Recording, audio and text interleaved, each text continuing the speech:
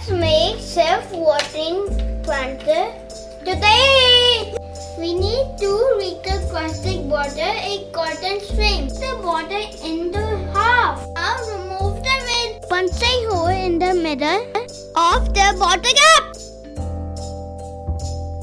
Put a string in the hole. Tie a knot on the string at 12-inch mark. Put one end of the string into the bottle and close the cap. Fill the bottle half with the water. Put the top part upside down into the bottom half. Fill the top half with the soil. But plants and seed, it will grow.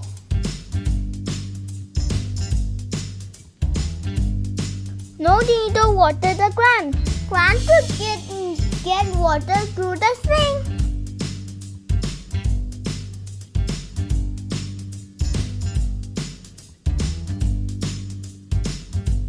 Water will move up in the soil through the string.